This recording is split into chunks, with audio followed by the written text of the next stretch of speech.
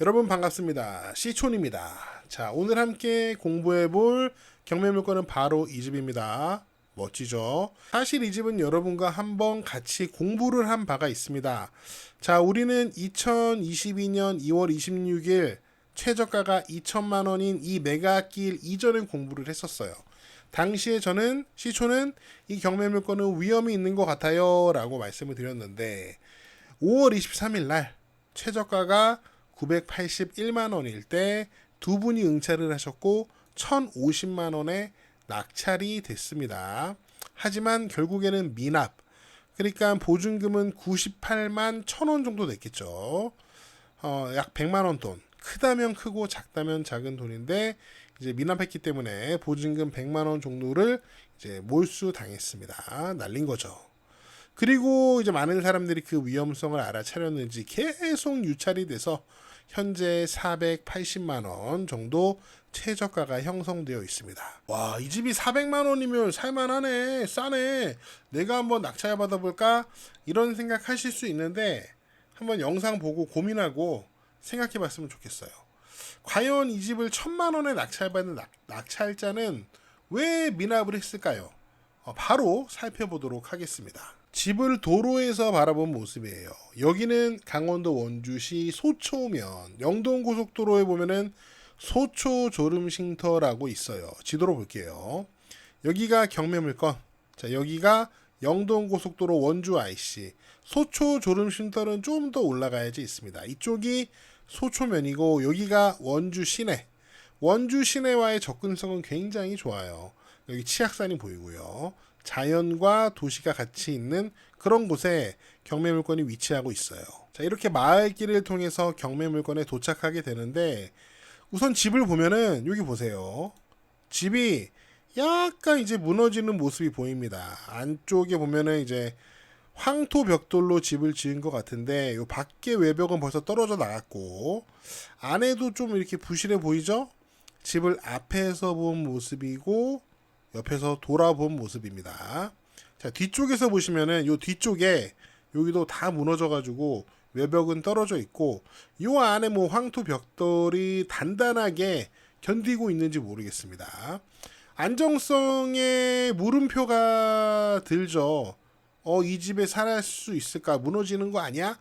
이런 생각이 충분히 듭니다. 이렇게 집이 너무 오래된 것도 문제인데 매각 물건 명세서를 보면은 이렇게 쓰여 있어요. 건물만의 매각이다. 건물만 경매에 나왔다 이런 뜻이에요. 그러니까 땅은 포함이 되어 있지 않습니다. 한마디로 남의 땅 위에 있는 집을 경매에서 낙찰을 받으라는 거예요. 만약에 이 집을 낙찰 받아서 사용하고 싶다면은 이 건물을 위해서 지상권이 있어야 합니다. 성립해야 합니다. 만약에 이 지상권이 성립하지 않는다면 토지주는 이렇게 말할 수 있어요. 야, 건물 당장 철거해. 이게 무슨 말이냐면은 건물 철거 및 토지 인도 이렇게 소송을 할 수 있습니다. 지상권이 있으면은 건물 주인이 이기는데 지상권이 없으면은 답 없어요. 그냥 철거해야 되는 거예요. 그러니까 이 법정 지상권이 성립하는지 확인을 해야겠죠. 매각물건 명세서에 이렇게 쓰여 있습니다. 건물을 위하여 매각의 대지에 법정 지상권이 성립할 여지가 있다. 이건 여지가 있다는 거지 성립한다라고 말한 건 아니에요. 그러니까 이게 이 집이 법정 지상권이 성립할지 안 할지는 낙찰받을 사람이 따져봐야 돼요. 직접 못한다 싶으면은 법무사나 변호사한테 물어봐야겠죠. 자, 그러면 제가 간단하게 법정지상권이 건물을 위한 법정지상권이 어떻게 성립하는지 간단하게 설명을 드려보겠습니다. 자, 만약에 이 땅을 A라는 사람이 소유를 하고 있어요. 그리고 건물도 A라는 사람이 소유하고 있어요. 즉, 한 사람이 토지하고 건물을 모두 소유하고 있습니다. 이게 굉장히 일반적인 케이스죠. 저도 제 집의 땅과 건물을 모두 소유하고 있고 대부분의 사람들이 그래요. 아파트 같은 경우도 집합 건물이지만 건물을 소유하고 대지에 대한 대지권 일부를 소유하게 되잖아요. 이게 굉장히 일반적인 상황이죠. 토지하고 건물을 다른 사람이 소유하는 경우는 굉장히 특별한 상황이에요. 그런데 여차저차한 이유로 A가 토지의 소유권을 B에게 넘겨줬다고 할게요. 그러면은 건물 소유자는 A지만 토지 소유자가 B가 됐죠. 한마디로 한 사람이 소유하고 있다가 위에 따로 아래 따로 소유하게 된 거예요.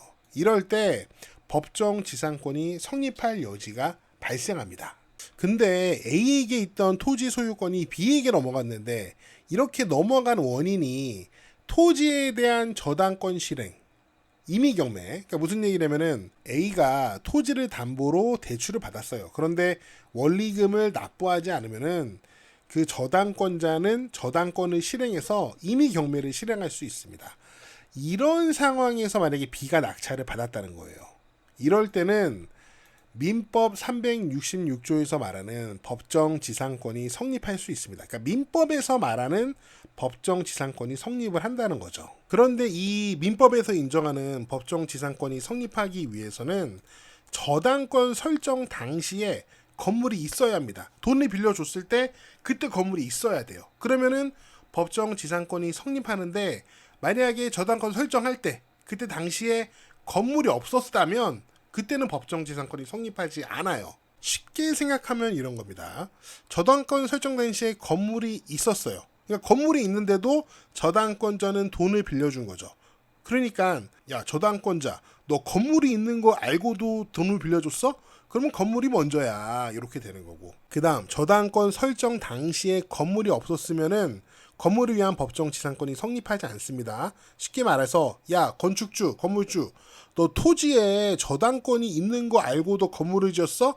야 그럼 저당권이 먼저야. 이런 논리가 적용이 되는 거죠. 그런데 A 소유의 토지가 B 소유가 되는 원인에는 임의경매 말고도 다른 원인이 있을 수 있습니다. 그러니까 토지에 대한 저당권 실행이 아닌 다른 원인, 예를 들어서 토지가 매매되거나 증여되거나 상속되거나 공매로 넘어가거나 이런 식으로 토지 주인이 A에서 B로 바뀌었을 때는 민법에서 말하는 법정지상권은 성립하지 않고 관습법상 법정지상권이 성립할 수 있습니다. 한번 예를 들어 생각해 볼게요. A가 토지하고 건물을 다 갖고 있었는데 A가 토지만 B에게 팝니다. 그럼 여러분 같으면은 여러분이 B라면은 이 땅을 사겠습니까? 야, 이 위에 네 집 있잖아. 이 토지는 그러면 사용이 제한되는데 어쩔 거야. 그럼 보통 그 건물주가 어떻게 할까요? 만약에 집이 오래된 경우에는 이거 너무 오래된 집이니까 내가 법정지상권을 포기할게. 이렇게 계약서에 쓰면은 법정지상권은 성립하지 않아요. 만약에 법정지상권이 성립한다고 해도 토지 사용료, 지료를 이제 토지주에게 줘야 되거든요. 근데 이거를 2년 이상 연체하면은 토지주는 지상권 소멸 청구권을 행사할 수 있습니다. 그리고 이렇게 견고한 건물의 경우 지상권의 존속기간이 30년이에요. 그런데 30년이 딱 지나고 그 법정 지상권을 유지하고 싶으면은 지체 없이 갱신 요구를 해야 돼요. 토지주한테. 근데 지체 없이 갱신하지 않으면은 그 갱신 청구권이 소멸됩니다. 요것도 이제 지상권의 소멸 사유가 돼요. 이렇게 간단하게 법정 지상권에 대해서 공부를 했는데 그러면 이 경매 물건에 대해서 법정 지상권이 성립하는지 확인해 보기 위해서 토지 등기를 출력을 하세요. 그 다음에 건물 등기도 출력을 해요.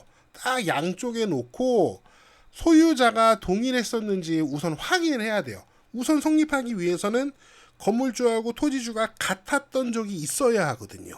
경매물건의 건물 등기와 토지 등기입니다. 갑구를 봐야겠죠. 왜냐면 갑구의 소유권에 대한 내용이 나와 있으니까요. 그리고 이게 전부예요.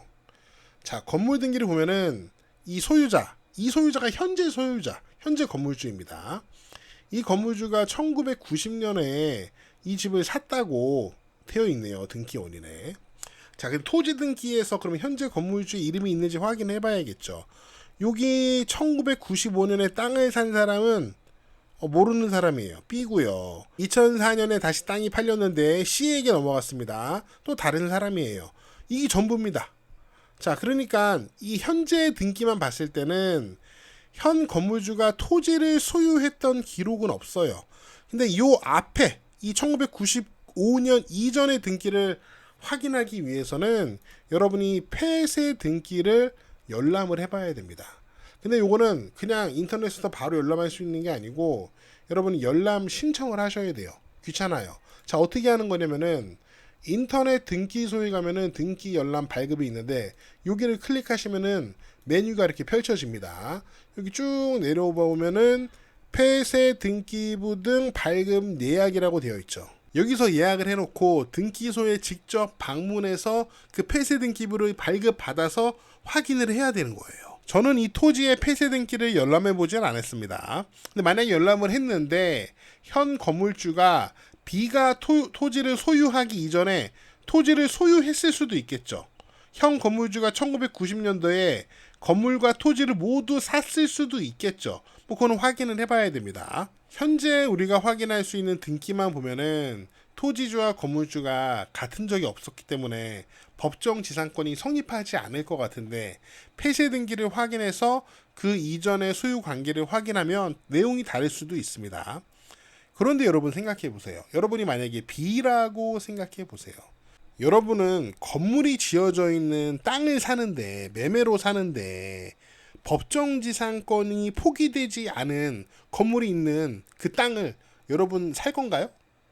저라면은 사지 않을 겁니다. B는 어땠을까요? 그런데 B가 2004년도에 C한테 땅을 팔았죠. 여러분이 한번 C라고 생각해 보세요. 여러분은 건물에 법정지상권이 있는 그 땅을, 쓸모없는 땅을 매매로 살 건가요? 저는 그럴 가능성은 매우 낮다고 봅니다. 그리고 또 전입세대 열람을 보면은 이 집에 전입된 사람이 있거든요. 근데 그 사람이 누군지 아세요? 바로 C. 현재 토지를 가지고 있는 C가 이 집에 전입이 되어 있습니다. 토지 소유자인 C는 어째서 남의 집인데 전입이 되어 있는 걸까요? 남의 집에 임차인으로 들어가기라도 한 걸까요? 뭐 제 개인적인 생각이지만 저는 합리적인 추론은 토지 소유주인 C가 이 건물을 자기 건물처럼 사용하고 있다.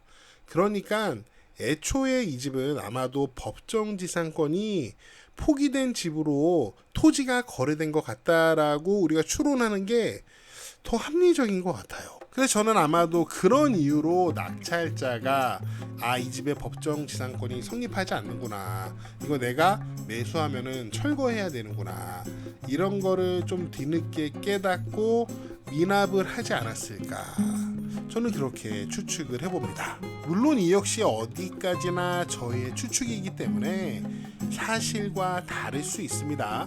여러분은 어떻게 생각하세요? 여러분의 다양한 의견을 댓글로 남겨주시고요. 저는 다음 영상에서 더 재미있고 유익한 내용으로 돌아오겠습니다. 여러분, 시촌 어게인.